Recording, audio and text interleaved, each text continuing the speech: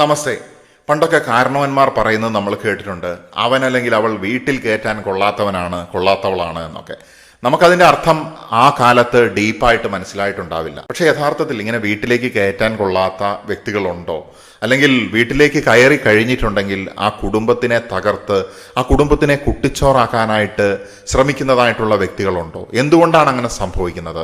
അത് നിങ്ങളുടെ ബലഹീനത കൊണ്ടല്ല, പ്രധാനമായിട്ടും നമ്മളവിടെ നമ്മുടെ ബൗണ്ടറി കൃത്യമായിട്ട് സെറ്റ് ചെയ്യാത്തത് കൊണ്ടാണ്.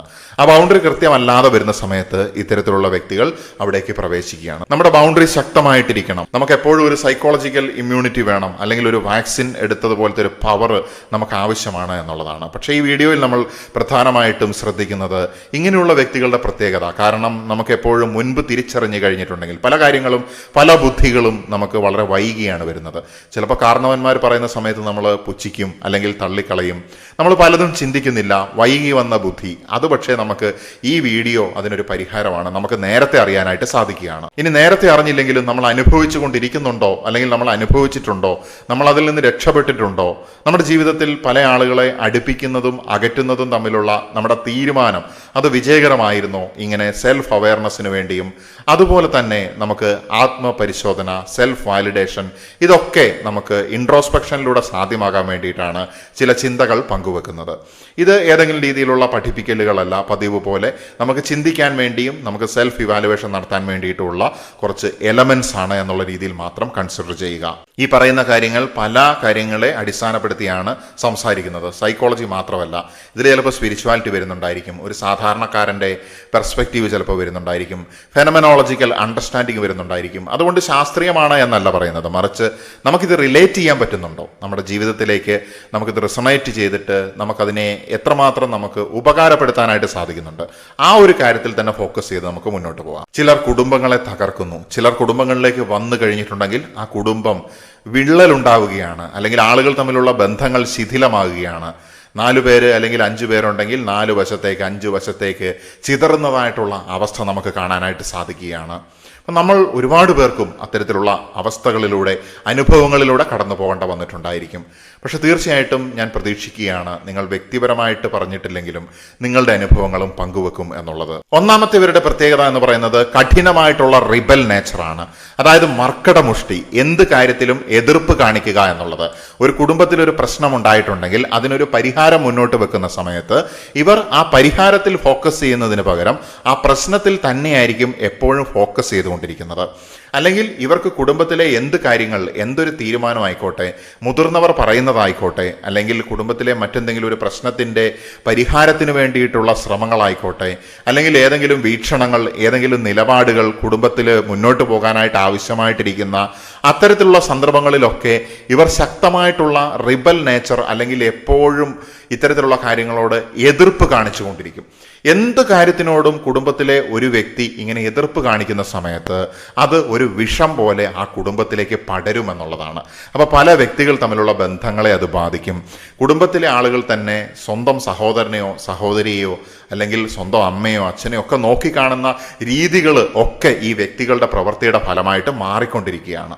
അപ്പോൾ ഇത് ഇവരുടെ ശക്തിയാണ് എന്നല്ല ഞാൻ പറയുന്നത്, ഇവരുടെ വീക്ക്നെസ് ആണ്. ചില സമയത്ത് അശക്തമായിട്ടുള്ള വ്യക്തികൾക്ക് ഒരുപാട് ദുഷ്ടത്തരങ്ങളും നാശങ്ങളും ഉണ്ടാക്കാനായിട്ട് സാധിക്കും എന്നുള്ളതാണ്. ബുദ്ധിമാൻ കയറാൻ മടിക്കുന്ന വഴികളിലൊക്കെയും വിഡ്ഢി കൂസലന്യെ ഓടിക്കയറും എന്നാണ് പറയുന്നത്. അപ്പോൾ ഈ ചെറിയ മണ്ടത്തരങ്ങൾ, അല്ലെങ്കിൽ ഒരുപാട് ശുദ്ധനായവൻ ചിലപ്പോൾ ദുഷ്ടന്റെ ഗുണം ചെയ്യും എന്ന് പറയുന്നത് പോലെ ചില വ്യക്തികളുടെ പ്രവൃത്തി അങ്ങനെയായിട്ട് മാറുകയാണ്. അടുത്തതായിട്ടുള്ള ഇവരുടെ പ്രത്യേകത എന്ന് പറയുന്നത് ഞാൻ മുൻപ് സൂചിപ്പിച്ചതുപോലെ എന്തൊരു പരിഹാരം കാണുന്ന സമയത്തും അതിലൊരു പ്രശ്നം കണ്ടെത്തും എന്നുള്ളതാണ്. ഇപ്പോൾ സാമ്പത്തികമായിട്ടുള്ള കാര്യമായിക്കോട്ടെ, അല്ലെങ്കിൽ കുടുംബത്തിലെ മറ്റെന്തെങ്കിലും കാര്യങ്ങളുമായിട്ട് ബന്ധപ്പെട്ട തീരുമാനങ്ങളായിക്കോട്ടെ, ഇങ്ങനെയൊക്കെ വരുന്ന സമയത്ത് ഇങ്ങനെയുള്ള വ്യക്തികൾക്ക് ഇതിലൊന്നും താല്പര്യമുണ്ടാവില്ല, അല്ലെങ്കിൽ ഇതിലൊന്നും ഇവർ സാറ്റിസ്ഫൈഡ് അല്ല എന്നുള്ള രീതിയിലാണ് ഇവരെപ്പോഴും പ്രവർത്തിച്ചു കൊണ്ടിരിക്കുന്നത്. അപ്പോൾ എന്തെങ്കിലും ഒരു ഫിനാൻഷ്യൽ പ്രോബ്ലം വന്നിട്ട് അത് ഇങ്ങനെയൊന്ന് സെറ്റിൽ ചെയ്യാമെന്ന് പറയുന്ന സമയത്ത് അത് പോരാ, അത് ഇങ്ങനെ തന്നെ വേണം എന്നുള്ള രീതിയിലുള്ള വർത്തമാനങ്ങളൊക്കെ നമ്മൾ ഇങ്ങനെയുള്ള വ്യക്തികളിൽ നിന്ന് നമുക്ക് കാണാനായിട്ട് സാധിക്കും. സാമ്പത്തികമായിട്ടുള്ള കാര്യങ്ങളിൽ മാത്രമല്ല, കുടുംബം, അതിലെ ബന്ധങ്ങളുമായിട്ട് ബന്ധപ്പെട്ട കാര്യങ്ങൾ, അല്ലെങ്കിൽ മറ്റ് വിവാഹം, അങ്ങനെയുള്ള കാര്യങ്ങളുമായിട്ട് ബന്ധപ്പെട്ട കാര്യങ്ങൾ, ഇതിലൊക്കെ ഇവർക്ക് ഇവരുടെ ഇൻസെക്യൂരിറ്റി, ഇവരുടെ ഇൻഫീരിയോറിറ്റി, ഇവരുടേതായിട്ടുള്ള മർക്കടമുഷ്ടി, ഇങ്ങനെയുള്ള പല കാര്യങ്ങളുടെ അടിസ്ഥാനത്തിൽ ഇവർക്ക് ഒരിക്കലും കുടുംബത്തിൻ്റെ പ്രോഗ്രസ്സിലേക്ക്, അതിൻ്റെ വളർച്ചയിലേക്ക് കോൺട്രിബ്യൂട്ട് ചെയ്യാനായിട്ട് സാധിക്കുന്നില്ല എന്നുള്ളതാണ്. ഇത് കുടുംബത്തിലേക്ക് വന്ന വ്യക്തിയായിരിക്കാം, ചിലപ്പോൾ കുടുംബത്തിൽ തന്നെ ഉള്ള വ്യക്തിയായിരിക്കാം. ഇങ്ങനെ എപ്പോഴും ഇവരായിട്ടൊന്നും ഇവർക്ക് ചെയ്യാനും സാധിക്കുന്നില്ല. ആരെങ്കിലുമൊക്കെ ഉയർന്നു പോകാനായിട്ട് ശ്രമിക്കുമ്പോൾ അവർക്കിട്ടൊക്കെ എപ്പോഴും എന്തെങ്കിലും ഒരു തടസ്സം ഉണ്ടാക്കുക, പ്രശ്നം ഉണ്ടാക്കുക, സമാധാനം കെടുത്തുക. അങ്ങനെ ആ കുടുംബത്തിനെ നശിപ്പിക്കുമ്പോഴാണ് ഇവർക്ക് ഒരു സാറ്റിസ്ഫാക്ഷൻ കിട്ടുന്നത് എന്നുള്ളതാണ്. അങ്ങനെയുള്ള വ്യക്തികൾ കുടുംബം തകരുമ്പോൾ ചിരിക്കുമെന്നുള്ളതാണ്. പുര കത്തുമ്പോൾ വാഴ വെട്ടുക എന്ന് പറഞ്ഞതുപോലെയുള്ള സ്വഭാവക്കാരാണ് ഇങ്ങനെയുള്ളവർ. അപ്പോൾ ഈ പറഞ്ഞ പ്രത്യേകതകൾ മാത്രമല്ല, ഇനിയും കുറച്ച് കാര്യങ്ങളുണ്ട്. ഇങ്ങനെയുള്ള സ്വഭാവങ്ങൾ നമുക്ക് ചില വ്യക്തികളിൽ ഉണ്ടെന്ന് തോന്നുകയാണെങ്കിൽ എത്രയും പെട്ടെന്ന് അവരിൽ നിന്ന് രക്ഷപ്പെടാനുള്ള സേഫ്റ്റി പ്രിക്കോഷൻസ് ആണ് നമ്മൾ ആദ്യം സ്വീകരിക്കേണ്ടത്. ഒരു കുടുംബം എന്ന് പറയുമ്പം അവിടെ പല പ്രായത്തിലുള്ള ആളുകൾ ഉണ്ടായിരിക്കും. ചിലപ്പോൾ 90 വയസ്സിന് മുകളിലുള്ള ആളുണ്ടായിരിക്കും, 50 വയസ്സിന് മുകളിലുള്ള മാതാപിതാക്കൾ ഉണ്ടായിരിക്കും, അല്ലെ, മുത്തശ്ശിമാരും മുത്തശ്ശന്മാരും, അതുപോലെ തന്നെ അച്ഛനും അമ്മയും സഹോദരങ്ങളും, അല്ലെങ്കിൽ ചിലപ്പോൾ 20 വയസ്സിന് താഴെയുള്ളവരും ടീനേജുകാരും കുട്ടികളും ഒക്കെ അടങ്ങുന്നതാണ് ഒരു കുടുംബം എന്ന് പറയുന്നത്. അപ്പോൾ ആ കുട്ടിക്കുള്ളൊരു വീക്ഷണമായിരിക്കില്ല ടീനേജിലുള്ള ആൾക്കുള്ളത്, ടീനേജിലുള്ള ആളുടെ വീക്ഷണമായിരിക്കില്ല യുവ റേഞ്ചിലുള്ള ഒരു വ്യക്തിക്കുണ്ടാകുന്നത്. അതേസമയത്ത് മധ്യവയസ്കരായിട്ടുള്ള വ്യക്തിയുടെ ആ ഒരു രീതികളായിരിക്കില്ല ആ കുടുംബത്തിലെ തന്നെ മുത്തശ്ശനും മുത്തശ്ശിക്കും ഉണ്ടാകുന്നത്.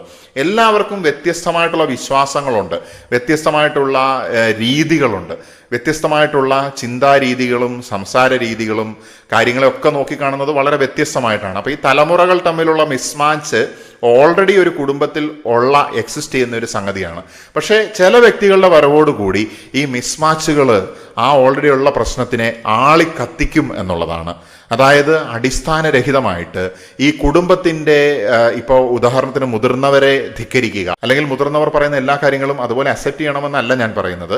അതിനപ്പുറത്തേക്ക് പരമ്പരാഗതമായിട്ടുള്ള മൂല്യങ്ങളെ, കാഴ്ചപ്പാടുകളെ, ഈ വ്യക്തികളുടെ പ്രായത്തിൻ്റെയും അല്ലെങ്കിൽ അവരുടെ സൈക്കോളജിക്കൽ സ്റ്റേറ്റ്സിൻ്റെയും ഒക്കെ വ്യത്യാസം തിരിച്ചറിയാൻ കഴിയാതെ അവരെ മാനിപ്പുലേറ്റ് ചെയ്യുകയും അവരിലേക്ക് പല കാര്യങ്ങൾ കുത്തിവെക്കുകയും അതുപോലെ തന്നെ അവരെ തമ്മിലടിപ്പിച്ചുകൊണ്ടും അവരെ ഇൻഫ്ലുവൻസ് ചെയ്തുകൊണ്ടും ഒക്കെ കുടുംബത്തിനെ നശിപ്പിക്കുക എന്നുള്ളത് ഇങ്ങനെയുള്ള വ്യക്തികളുടെ ഒരു പ്രധാനപ്പെട്ട സവിശേഷതയാണ്.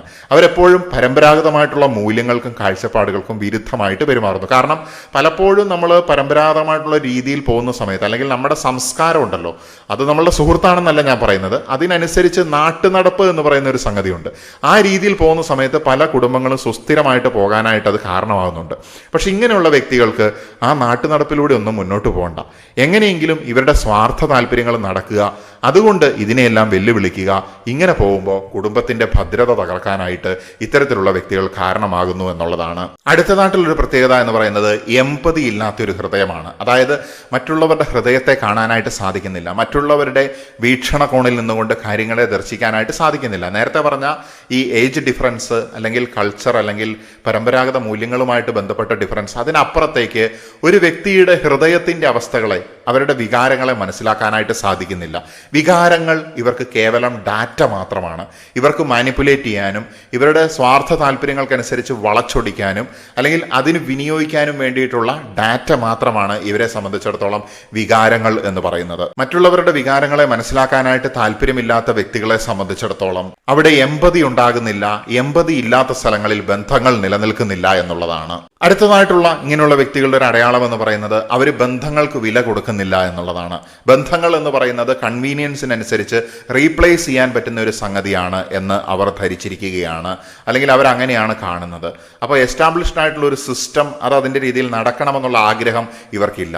ബന്ധങ്ങളെ ഉപയോഗിക്കാൻ വേണ്ടി മാത്രമാണ് ഇവർ പ്രവർത്തിക്കുന്നത് എന്നുള്ളതാണ്, ഇവരുടേതായിട്ടുള്ള താല്പര്യങ്ങൾക്കനുസരിച്ച്. അത് ചിലപ്പോൾ സാമ്പത്തികമായിട്ടുള്ള ലക്ഷ്യമായിരിക്കാം, അല്ലെങ്കിൽ മാനസികമായിട്ടുള്ള അസൂയ, അതുപോലെ മാനിപ്പുലേഷൻ തുടങ്ങിയവയുടെയൊക്കെ അടിസ്ഥാനത്തിലായിരിക്കും ഇങ്ങനെയുള്ള പ്രവർത്തികൾ കാഴ്ചവെക്കുന്നത്. അതുകൊണ്ട് തന്നെ റിലേഷൻഷിപ്പിൽ കമ്മിറ്റ്മെന്റ് കാണിക്കാനായിട്ട് സാധിക്കാത്ത ഇത്തരത്തിലുള്ള വ്യക്തികൾ, അവിടെ ട്രസ്റ്റ് തകരുകയാണ്, ബന്ധങ്ങൾ തകരുകയാണ്, കുടുംബങ്ങൾ തകരുകയാണ്. ഇങ്ങനെയുള്ള വ്യക്തികളെ സംബന്ധിച്ചിടത്തോളം എപ്പോഴും സ്ഥിരമായിട്ടുള്ള ഫ്രസ്ട്രേഷൻ, സ്ഥിരമായിട്ടുള്ള ഡിസാറ്റിസ്ഫാക്ഷൻ അവരുടെ ഉള്ളിലുണ്ടാവും. അതായത് ഈ സ്ഥിരമായിട്ടുള്ള അസന്തോഷം പല രീതിയിൽ പതിയെ പതിയെ പുറത്തേക്ക് വരും എന്നുള്ളതാണ്.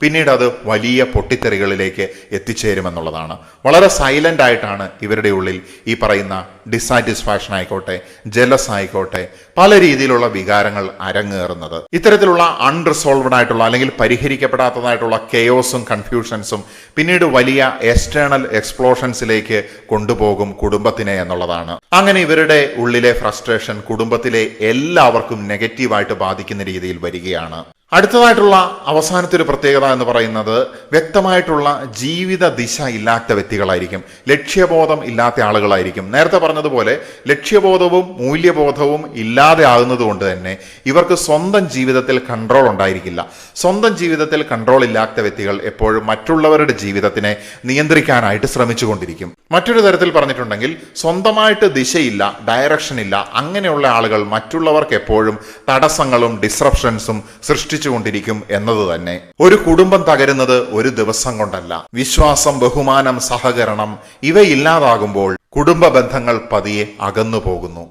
അതുകൊണ്ട് നമ്മൾക്ക് ഇത്തരത്തിലുള്ള പ്രത്യേകതകളുടെ ഒരു ഗന്ധം നമുക്ക് ലഭിക്കുകയാണെങ്കിൽ അത്തരത്തിലുള്ള വ്യക്തികളിൽ നിന്ന് സൂക്ഷ്മതയോടുകൂടി അകന്നു നിൽക്കുന്നത് തന്നെയാണ് ഏറ്റവും നല്ല കാര്യമെന്ന് പറയുന്നത്. തീർച്ചയായിട്ടും ഈ പ്രത്യേകതകളുള്ള വ്യക്തികൾ നമ്മുടെ ജീവിതത്തിൽ ചിലപ്പോൾ നമ്മൾ ദർശിച്ചിട്ടുണ്ടായിരിക്കും.